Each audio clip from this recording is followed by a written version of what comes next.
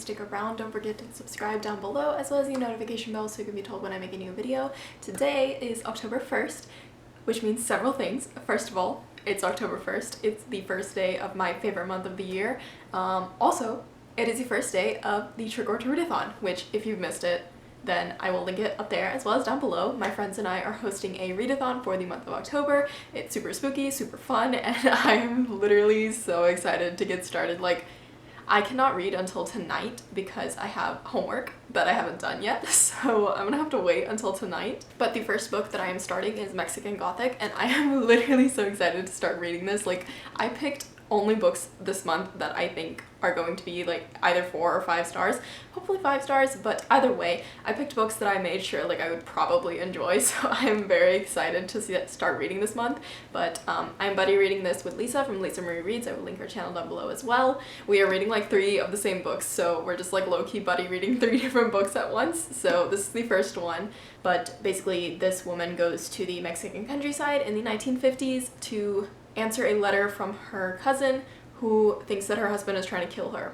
I don't know anything else, but I heard it's spooky and I heard it's good, so we're gonna enjoy this. As you may or may not know, I was on a book buying ban for the past 2 months because in July I bought a bunch of books and I was like, okay, I know in October I'm also probably gonna buy a bunch of books since it's my birthday month, so I figured that I would go on a little self-imposed book buying ban for a couple of months. I did buy 1 book last month, and it was Truly Devious, which was part of my TBR for October, and I got it at the Barnes & Noble Cafe for like $5 with my lunch, so I like kind of justified that in my opinion. But other than that, I didn't buy anything, so to commemorate the end of my self-imposed book buying ban, I went on a little book buying spree at 2nd and Charles. So the first book I bought is this copy of Insurgent, which is the second book in the Divergent trilogy. It is the only book that I did not already own. For whatever reason, I have Divergent and I have Allegiant, but I didn't have Insurgent.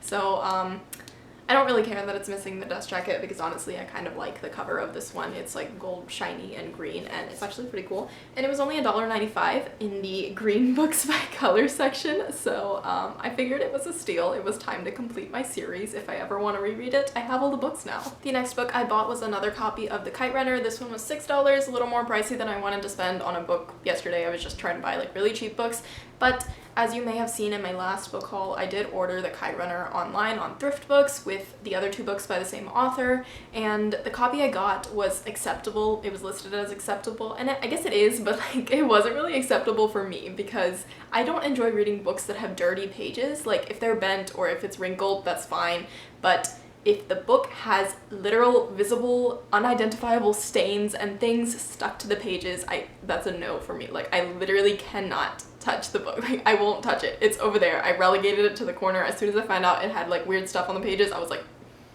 no. So anyways, I needed another copy, and I figured instead of spending another $5 on Thrift Books and getting a copy that I haven't seen, I might as well just pick this one up for $6 because I can like see it and it's in good condition and it's practically brand new, so like why not? The next book I got is The Goldfinch by Donna Tartt, and I don't know anything about this book.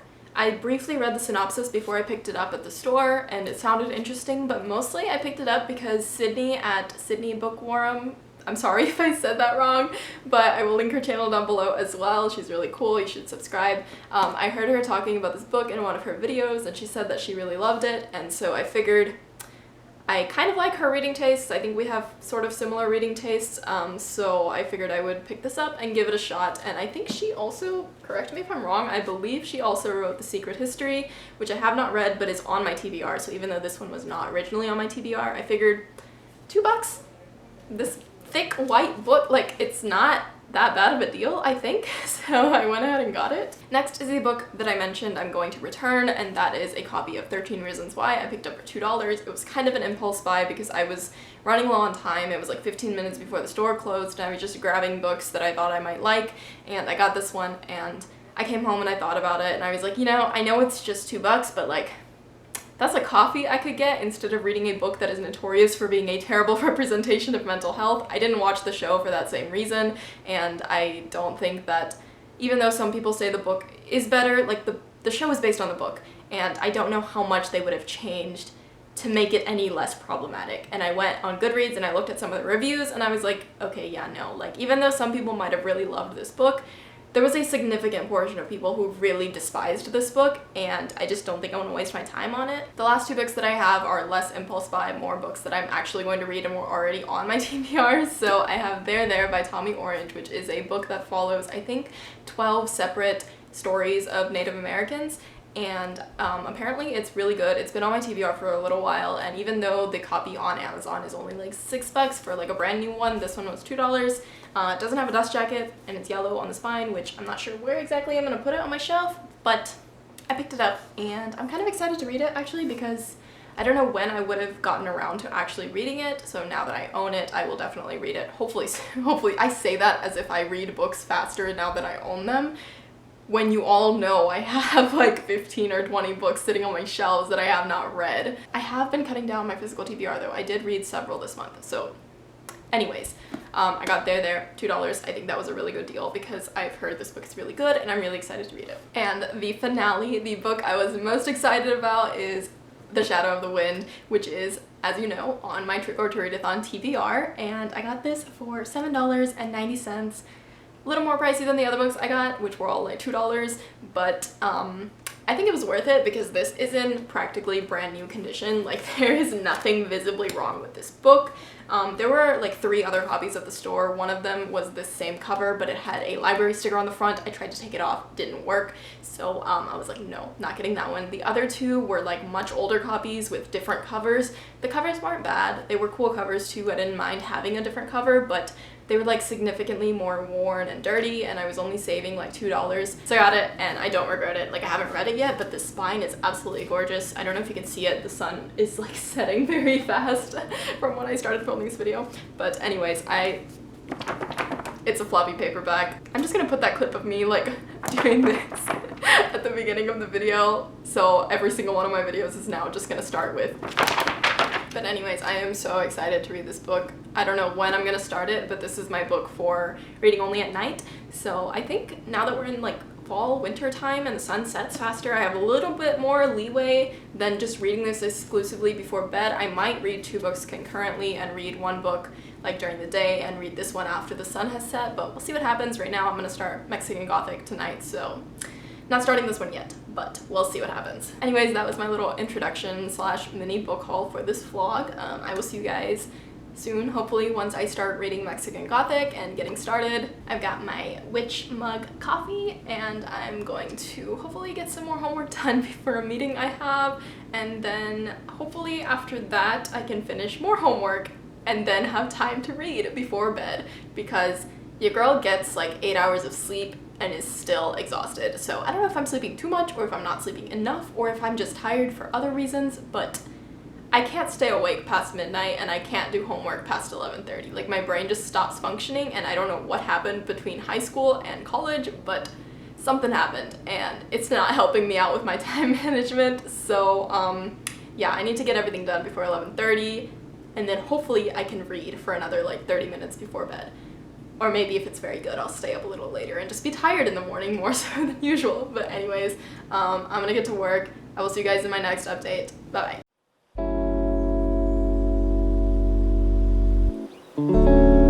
Hey guys, it is now Friday afternoon. I started reading Mexican Gothic last night. I got 48 pages in. God, what is that?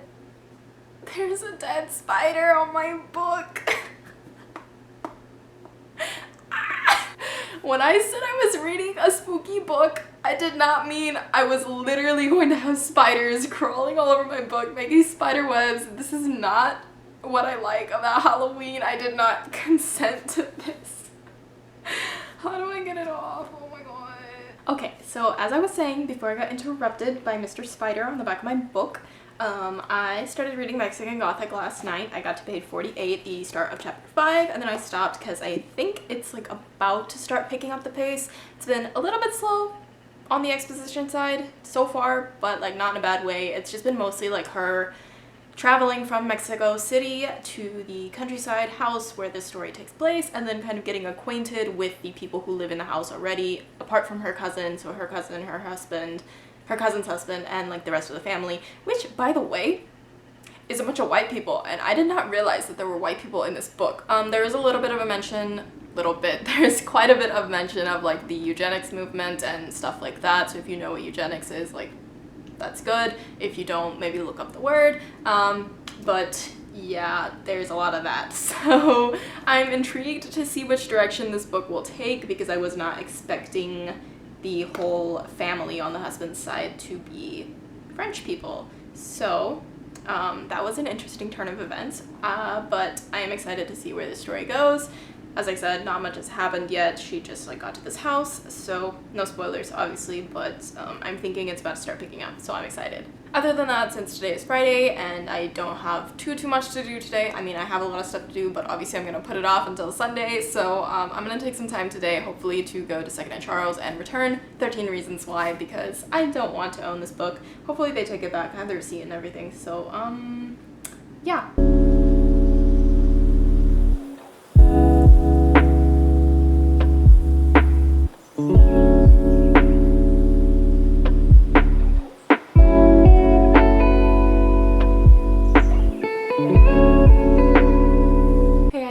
Friday night. I did get a little bit of reading done earlier today before my class. I was like low-key 5-ish minutes late to class because I was trying to finish a chapter which I didn't even finish. So anyways, I got to like page 80 something, I don't know exactly because it's not at a chapter break. I just got to a page, closed it, went to class. But I wanted to do a little bit more reading before bed earlier today, and then I had to run some errands and they took longer than usual, and then I had to watch a movie for class, so I didn't get any reading done. I'm hoping to read a little bit before bed, at least finish the chapter I'm on, but knowing me, I'll probably end up reading like 3 more chapters because last night I was like, I'll just read a little bit before bed, and then I read 50 pages, so we'll see what happens.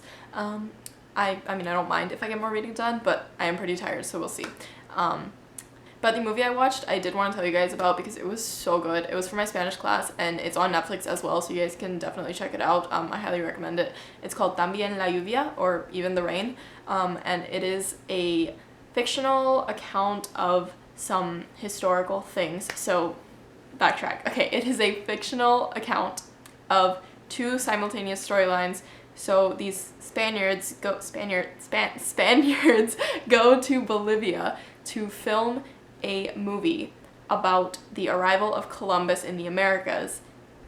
Bolivia is not where Columbus arrived, but they are filming it in Bolivia because it was cheaper there. So already kind of problematic. But anyways, they go to Bolivia to film this movie, and they start filming this movie of Columbus's arrival, and they're doing kind of a different take on it, like kind of more like, or a more real take on it about how Columbus kind of enslaved the natives and, you know, tortured them and killed them and murdered them and just like took advantage of them and all the terrible stuff that he did. Like, they're trying to portray this, albeit in a slightly problematic way because they're using like the wrong group of natives and all this kind of stuff. Anyways, so they start out kind of problematic, and they're trying to portray this more realistic account of Columbus's arrival. And while they are filming this movie, a war begins in Bolivia over the privatization of the water. So the indigenous people are revolting and fighting back because these companies are coming in and like privatizing the water and making the prices of water go up so high they can no longer afford water, and they're not letting them like build their own wells to capture the rain. So that's where like the name of the movie comes up, is like También la lluvia, like they're taking even the rain from us. And it's a very heavy movie. Obviously the war was a real event that happened. Like, this movie that they're filming isn't like a real movie that they were filming. The movie is about them filming this movie while this war is happening. But the war was an actual event that did happen in Bolivia. So it was very heavy. And even seeing like the clips of the movie that they are filming with the indigenous people being kind of abused by Columbus, those were all very realistic as well. And so it was just a very, I'm like still shook by this movie. Anyways, it was a very heavy movie. It was a very well done movie. Highly recommend it. I think it was nominated for some Oscars for like the Spanish movie at the Oscars. I don't know, something like that. But I very much enjoyed it, as much as you can enjoy a movie about something so serious, but it was definitely heavy. I had to stop a few times and just kind of like breathe. But I would recommend it. I mean, if you're into like historical accounts of things and just like really well done real movies like that, then I would recommend it. And even if you're not, like, give it a watch because stuff like that's important. I probably never would have watched it if I hadn't been told about it in my Spanish class, but I think it's very important that we educate ourselves on things like this because a lot of stuff that's happened in history is not very good. So I think we should know about that because, as they say, the winners write the history, and you don't learn about this stuff in school, which is a whole other thing I'm not going to get into right now because then I'm going to be very energized before bed and very angry, and then I'm definitely not going to sleep. So we're not going to talk about that right now. But anyways, that's my little spiel, my little update before bed. I'm going to see if I can get some more reading done. You will find out tomorrow if I can update. It's my dad's birthday tomorrow, so I don't know how much vlogging I'm going to do. Probably just some B-roll, but we'll see what happens. If I get any reading done, I'll let you guys know. Bye-bye. Hey guys, it's Saturday morning. I read to page 138 last night, which is the start of chapter 13. So, yeah, I definitely read longer than I said I was gonna read, which I was gonna finish that one chapter, but then when I opened the book, I realized I had already finished the chapter. So, I was like, well, I'll just keep reading then, and I think I was up till like 1 a.m. So, not super late, but still longer than I had planned. So I did get a fair bit of reading done last night. That's almost the halfway point, a little bit less than halfway. I bent a page with this bookmark and I'm kind of upset about it, but it's fine. So yeah, I probably won't get to read too much today since I'm going out with my family, but I am excited to see which direction this book takes because it's really starting to pick up. There's been a couple of kind of creepy scenes. The first one wasn't really that scary. I was like, it seemed like it was showing rather, no, it seemed like it was telling rather than showing. It was like she felt afraid, but she didn't know why. And there's like a thing happening and she like feels afraid. And I'm like, okay, this isn't even scary. Like, I don't understand why she thinks this is scary. But the second scene, please, pots and pans, okay. But the second and third scenes that were like creepy were actually a little bit creepy. So they're starting to get a little weirder and a little creepier, which is good because it was like really slow, but it's finally starting to pick up. I'm finally intrigued in like the backstory that's going on. I'm getting like mild Haunting of Hill House vibes because it's set in this creepy house and there's like a family backstory that's going on that's like at the root of this, you know, whole mystery that's going on. And you're finally getting some insight into what happened and why it happened and like what's going on, and I'm like, okay. And there's also all of the really interesting historical stuff going on, so that's been cool. I'm hoping it picks up soon, and I think once I get to the halfway point, it'll be a pretty quick read after that. So yeah, hopefully I can get this done by tomorrow, which I said I hope to get it done by tonight, so maybe I'll read it tonight, but I don't know if that's gonna happen. So tomorrow night is my new deadline. But yeah, I will see you guys soon.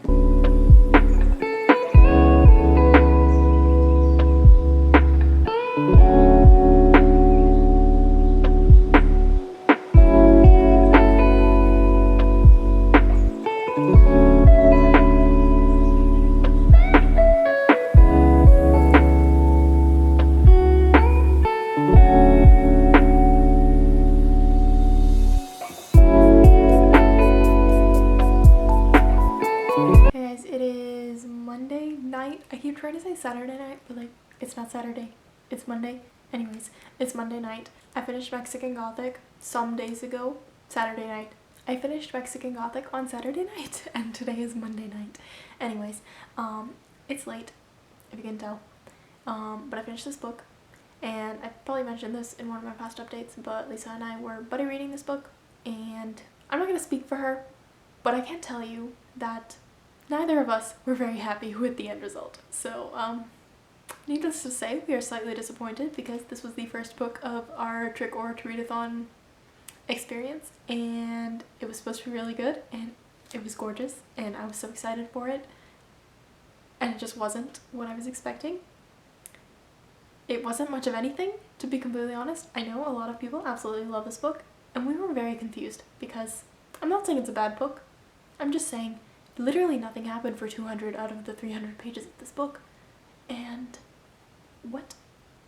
When things happened, like, what happened exactly? Like, I can tell you what happened. Mexican Gothic? More like fungal incest?